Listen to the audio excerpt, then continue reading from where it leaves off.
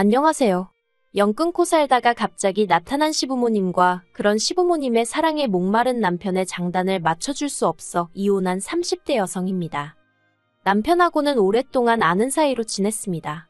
그러다 제 나이 29, 남편 나이 28에 무슨 바람이 불었던 건지 갑자기 남편이 저한테 들이대기 시작했어요. 그전까지는 연락이나 가끔 주고받았지 차 한 잔 따로 마셔본 적도 없었으면서 말이죠.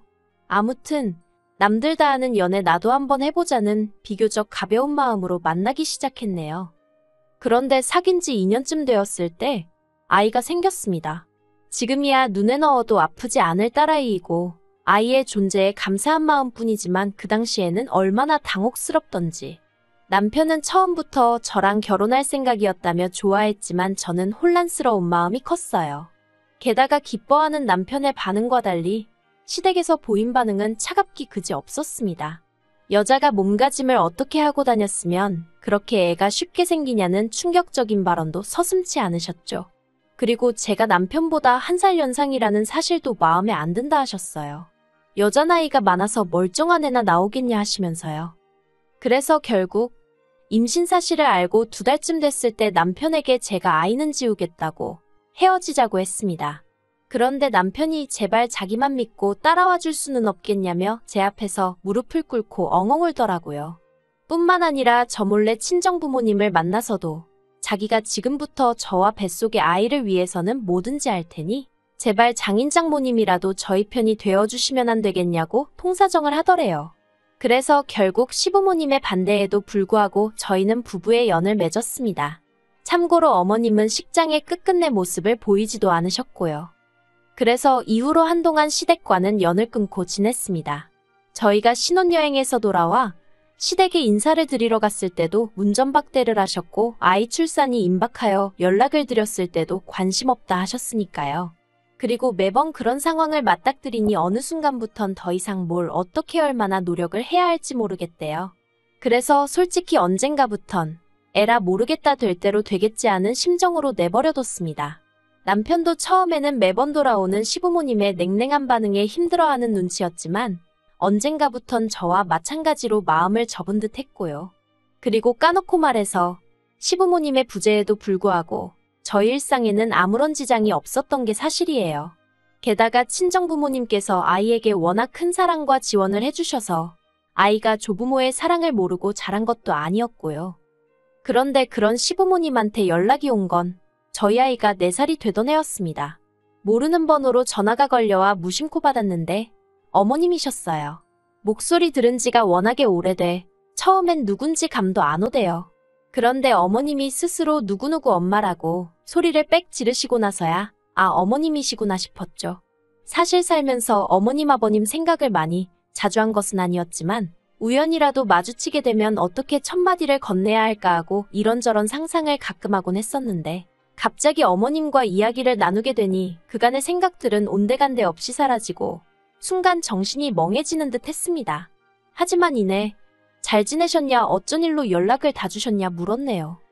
어머님의 목소리는 긴장은커녕 예전과 다름없이 날카롭고 냉랭했습니다. 그리고 꺼내신 첫마디가 먹고 살만하냐는 거였어요. 당시 저희 남편은 친정아버지 회사에서 일을 배우고 있었고 저는 프리랜서 작가로 일했거든요. 벌이는 둘이 먹고 사는 데는 충분한 수준이었고요. 그래서 제가 나쁘지 않아요 라고 대답을 했더니 어머님은 잘났다 하시며 빈정거리시는 거예요. 정말 변한 게 하나도 없으셨지요. 그리고 며칠 뒤 어머님한테 또다시 연락이 왔습니다. 그리고 그 내용은 간단명료했어요. 이제껏 아주버님이 생활비를 주셨는데 이제 못 준다고 하니 저희더러 내놓으라고요. 지난 몇 년 동안 형 혼자 자식 노릇하느라 고생했으니 이젠 네가 좀 해야 하지 않겠냐는 거였죠. 남편은 마음이 복잡해 보였습니다. 몇 년 만에 연락을 해온 시부모님이 고작 돈 때문에 연락을 했다는 사실에 충격을 받은 것 같기도 했고 한편으론 그런 시부모님이 안쓰러운 모양이었어요. 하지만 제가 무슨 말을 어떻게 해줘야 할지 도통 감이 오질 않았습니다. 아무 일도 없었던 듯이 어머님과 웃으며 잘 지낼 자신도 없었고 심란해하는 남편을 달래줄 만큼 제가 통이 큰 사람도 아니었거든요. 그래서 어느 쪽으로든 남편이 생각이 정리되면 말을 하겠지 하고는 기다렸어요. 그랬더니 한 일주일 만에 한다는 말이 자기도 남들처럼 지내고 싶답니다. 제가 친정 식구들과 잘 지내는 것처럼 자기도 그렇게 지내고 싶다고요. 그리고 저는 그 말이 마치 부모님 생활비를 보태드리고 싶다로 들렸던 게 사실이에요. 그래서 그러라 했습니다. 당신이 해드리고 싶은 대로 해드리라고요. 솔직히 저를 반대하시던 어머님의 표정, 말투 그리고 그날의 공기까지 잊은 줄 알았는데, 잊고 살고 있다고 생각했는데 어머님하고 통화를 하는 순간 모든 게 되살아났거든요. 그러면서 마음이 무척이나 괴로웠죠. 하지만 그런 건 저 혼자 감당하기로 하고 남편 마음이라도 편하게 해주자. 결국 그렇게 제 나름대로 남편에게 양보하고 배려를 했던 겁니다. 그래서 시댁하고 왕래를 하고 살게 된 거죠. 하지만 없는 거나 마찬가지였던 시댁이라 그런 건지 날이 갈수록 힘에 부친다는 게 어떤 건지 실감이 나더라고요. 특히나 어머님 아버님은 물론이고 아주버님까지 이런저런 부탁을 해올 때면 정말 내가 이런 것까지 들어줘야 하나 싶을 정도로요. 한편 저희 부부는 처음 결혼할 때는 아파트에 살았지만 얼마 지나지 않아 주택으로 이사를 했습니다. 이사를 하게 된 이유는 여러 가지가 있었지만 일단 딸애가 아토피가 있었고 남편이 다니던 회사에서 해고를 당했거든요. 그런데 업계가 워낙 좁다 보니 소문도 좋질 않아서 재취업이 쉽지가 않대요. 그리고 그 사실을 알게 되신 친정아버지가 남편을 걷어주셨습니다. 그리고 친정아버지가 운영하시던 공장은 서울에 있지 않았거든요. 그래서 친정아버지 공장에서 멀지 않으면서 아이가 자라기에 불편하지 않을 정도의 동네를 골라 작은 집을 지었습니다. 2층짜리 주택으로 손녀를 위한 거라며 친정아버지가 목돈을 보태주셨고 이후로는 벽지 하나 장판 하나 제 손길이 미치지 않은 곳이 없었을 만큼 공을 들여 지은 집이었지요. 그런데 어머님과의 연락 이후로 얼마간 흘렀을 때였어요. 어머님이 대뜸 집은 언제 보여줄 거냐 물으셨는데 솔직히 저는 집까지 공개할 만큼은 마음의 준비가 되어 있지 않은 상황이었거든요. 하지만 남편은 달랐던 모양입니다. 뭐랄까, 나름대로 인정을 받고 싶은 눈치였죠. 그리고 그래서인지 남편은 우리가 얼마나 열심히 살았는지 보란듯이 보여주자면서 저를 설득하려 들대요. 그리고 결국 그렇게 시부모님이 저희 집에 오셨습니다. 아주버님네 식구들까지 전부 다 대동하고 말이에요. 그런데 어쩜 아무리 아들 집이라지만 엄연히 남의 집인데 그래도 그렇지 누구 한 명 뭐 하나 사들고 온 사람이 없었습니다. 저는 그래도 나름대로 시댁 식구들이 온다는 생각에 마음이 쓰여서 이것저것 음식도 만들어두고 한 상황이었는데 말이죠.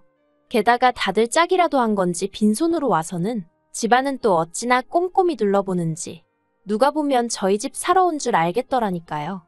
그래도 좋은 게 좋은 거다 생각하고 싫은 티 내지 않고 있었어요.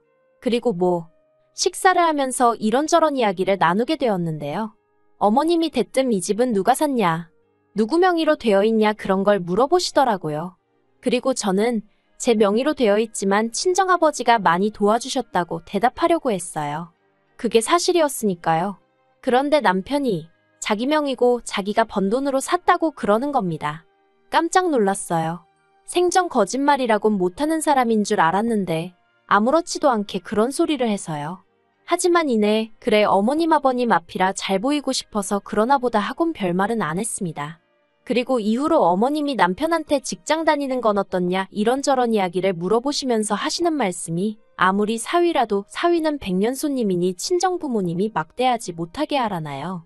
그래서 이때는 제가 아무리 사위라도 직장에서는 부하 직원이니 제가 친정부모님께 뭐라 말씀드릴 게 못 된다고 한마디 했고요.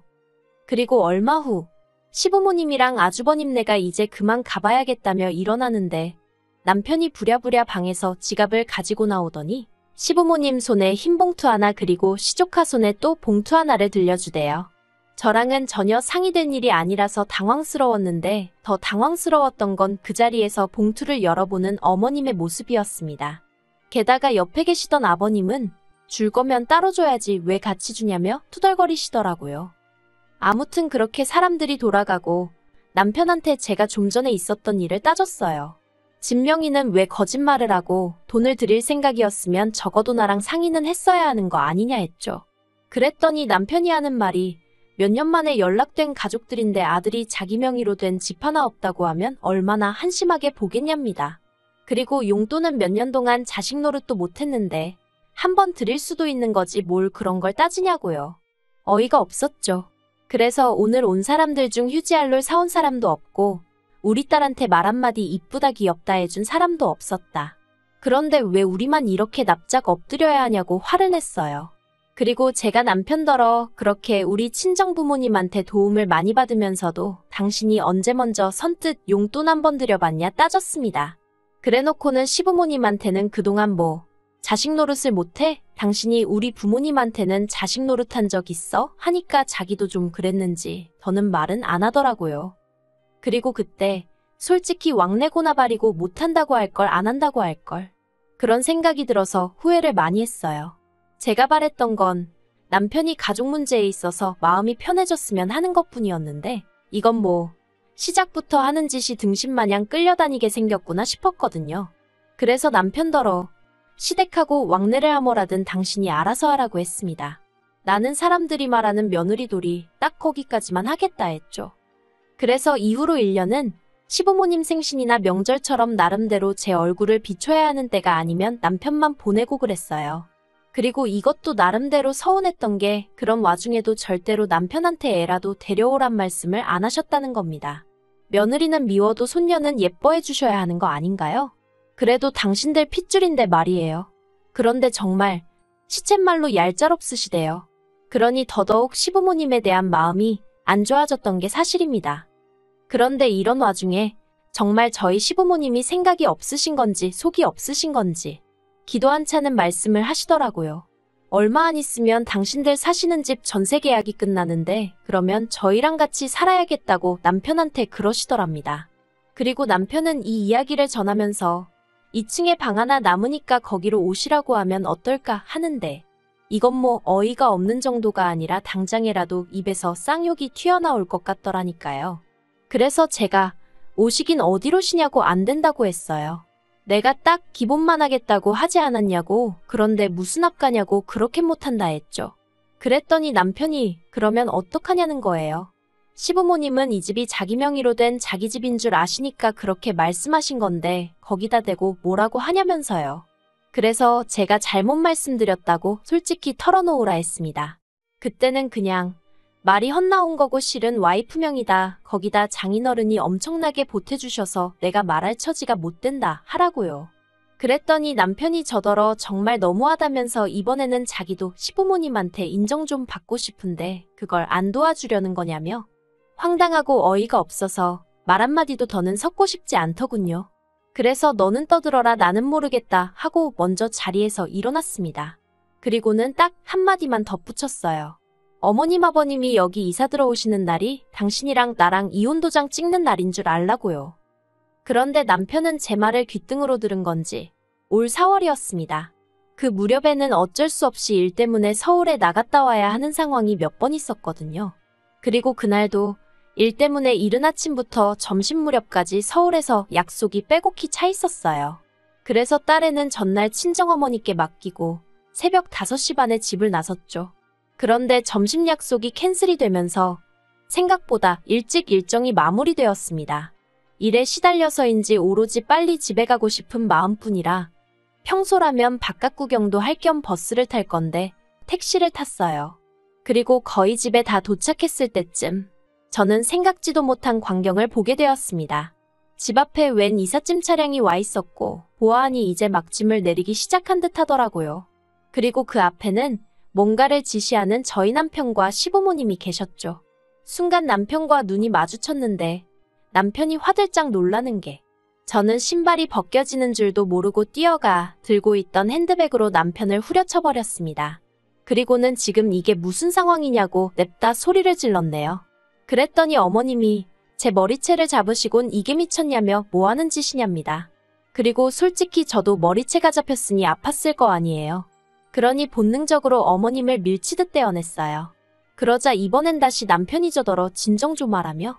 그래서 제가 이삿짐 센터 직원들한테 이거 지금 이 집으로 이사 들어가는 거냐니까 그렇답니다. 어이가 없어서 내가 집주인이라고 오늘 여기 이사 계획 없다고 했죠. 그러자 직원들도 분위기가 이상하단 걸 알아챘는지 어수선해지더니 그럼 이거 다 어떡하냐입니다. 그래서 가지고 온 주소로 돌려보내던지 알아서 하라고 했어요. 아무튼 내 집에는 못 들인다고요. 그리고는 남편더러 내 말이 우습냐고 했습니다. 어머님 아버님 모시고 오는 날 이혼이라고 하는 게 농담인 줄 알았냐고요. 그런데 그런 상황 속에서도 어머님은 저더러 네가 뭔데 내 아들 집에 내가 들어간다는데 난리냐며 저더러 꺼지라는 거예요. 그래서 제가 어머님 떨어 아드님이 말 안 하더냐고 이 집 제 집이라 했어요. 저희 친정아버지가 무지막지하게 도와주셔서 산 제 집이라고요. 그랬더니 남편이 저더러 입 조심하라면서 악을 쓰대요. 그리고는 뭐라더라. 집만 제 명의일 뿐이지 자기 지분이 왜 없냐입니다. 부부간의 명의가 무슨 소용이냐면서요.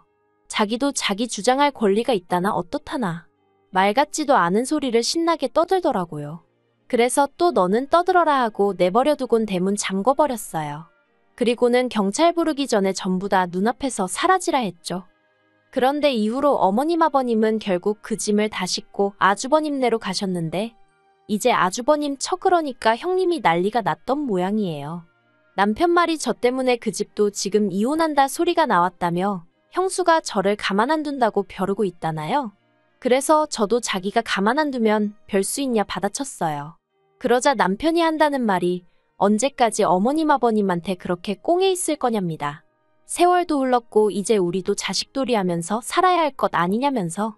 그래서 받은 사랑이 없는데 도리는 못하러 해야 하는지 모르겠다고 했네요. 막말로 당신이야 어머님 아버님이 낳아주고 키워주시기라도 했지. 나는 돈 1,000원 받아본 것도 없고 그렇다고 며느리로 인정을 받은 것도 아닌데 내가 이제 와서 뭐가 아쉽다고 그러겠느냐고요. 그리고는 남편더러 그렇게 아들 노릇하고 싶으면 내 남편 노릇, 당신 딸 아빠 노릇은 포기하라니까. 그러겠답니다. 솔직히 이때는 저도 충격이 컸어요. 남편 노릇이야 홧김에 때려친다 해도 어떻게 아빠 노릇도 그만두겠다고 하는 건지. 하지만 뭐 늦게라도 효자 아들이 되고 싶다는데 제가 무슨 수로 말리나 싶대요. 그래서 깔끔하게 협의 이혼했고 모든 게 마무리가 되자 친정아버지가 남편을 해고하셨습니다.